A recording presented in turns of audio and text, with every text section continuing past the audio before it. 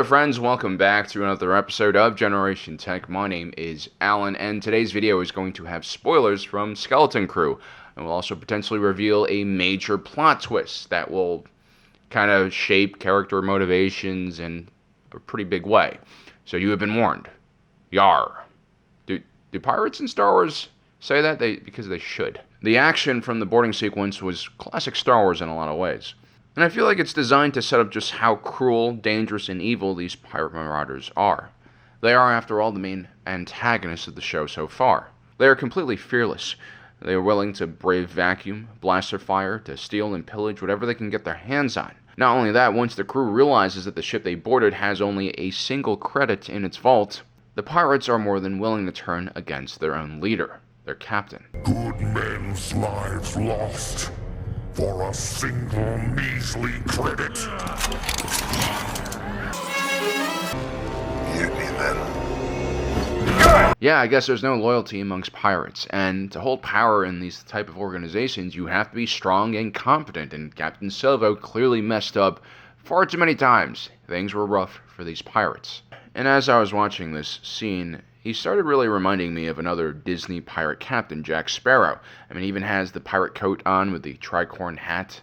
Now, if we go back to the first Pirates of the Caribbean, do you guys remember when Jack Sparrow arrives on that island gloriously on that tiny rowboat? Well, he got stuck in that rowboat because his first mate, Hector Barbossa, had led a mutiny against him and taken his ship, the Wicked Wench. Captain Jack Sparrow, Captain Silvo, they both lost their ship. And where does the supposed hero of Pirates of the Caribbean, Will Turner, end up finding Jack Sparrow for the first time? Well, in the brig. Which really got me thinking, especially after I saw the second episode of Skeleton Crew. Originally, I thought that first scene in Skeleton Crew was designed to set up just how brutal Brutus was. You know, the Shistavanen first mate who's named after the senator who stabbed his friend Caesar in the back? Brutus, for now, is the main big bad guy in charge of the pirate crew that's going after these kids. And so it makes sense to establish how he came to power in that first episode. But then Brutus started having more lines, and, you know, he's actually pretty gruff as an individual. He's definitely badass with his dual-wielding blasters, but he also seems kind of one-dimensional, a little bit too plain and boring to be like the main antagonist. He's more like an enforcer, tough kind of character. Cool off in the brig a day or two, then we'll talk. I mean, the guy can hardly speak basic, which means he's probably not going to get that many speaking scenes. I mean, we can hardly understand him.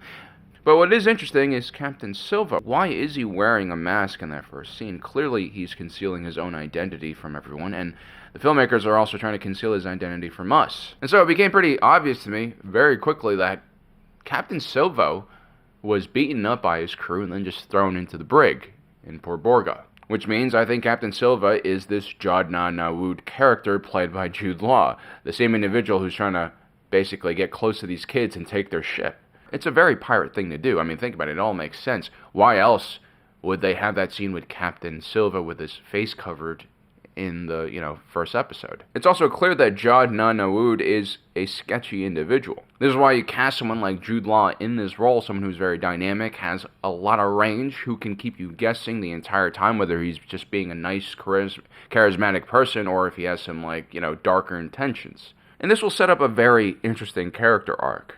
It's clear that Jude Law is going to pretend to be a Jedi the whole time, and while there's a small possibility that he is a Jedi, or once was, maybe an Order 66 survivor, that would explain his force powers, his current profession, or former profession, as a pirate, clearly means that he no longer has a lot of Jedi-like attributes, which includes, protecting children and just being a good person. We're not going back for a droid. I thought the Jedi never left a man behind. That's not...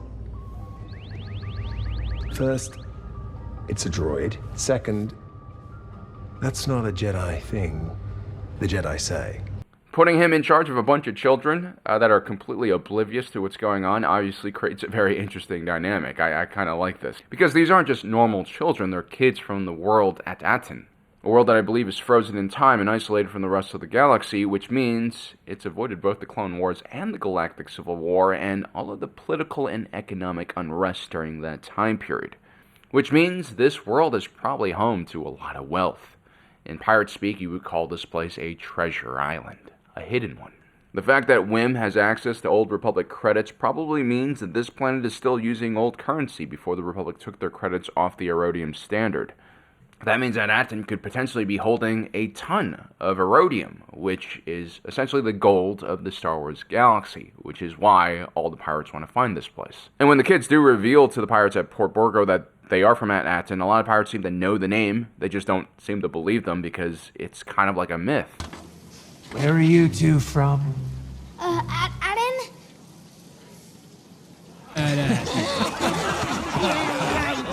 What? We're just looking for some directions.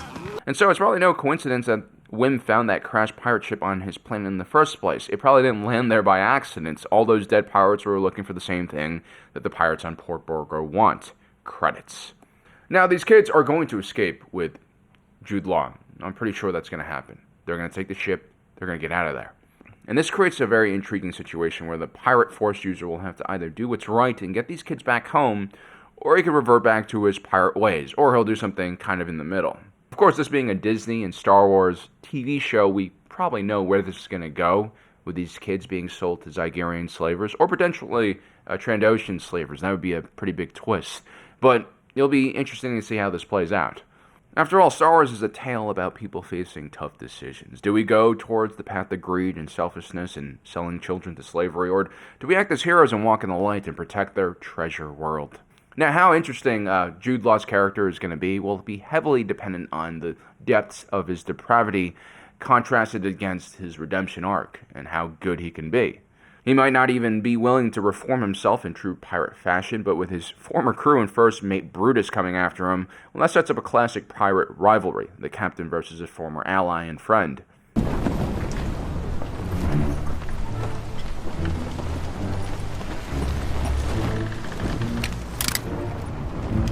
Maybe Jadna Wood really wants to protect these kids because he has, paternal instinct inside of him. That means he's not a completely terrible individual. Or maybe he just wants to keep Atlan for himself, all that loot for himself. Or maybe he wants revenge on his former pirate crew.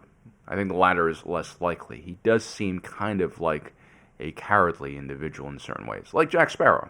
I think there's also a thin path forward for him where he can both protect the kids and also get some loot as well, I think. I also have to say I really like this idea of Force user who is not a Jedi or a Sith. I've never really had issues with the Force itself. It's just the stupid institutional thinking that comes with the organizations that tries to govern these powers. I never understood why people with such abilities would want to conform to any organization.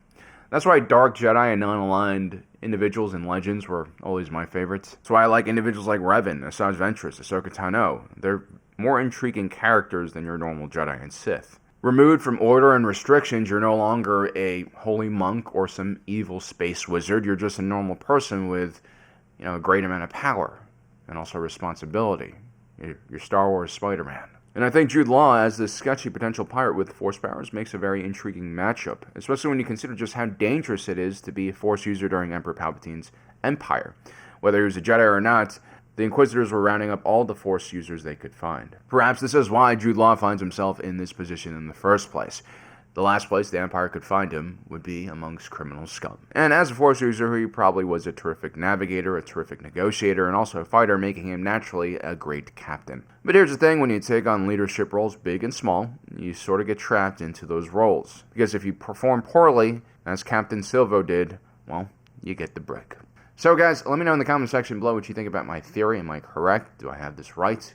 Or is Captain Silva just another mask at random? As usual, don't forget to subscribe, hit that notification button down below so you don't miss out on the rest of our awesome content. My name is Alan, reminding you my allegiance is to the Republic, to democracy. I'll see you next time.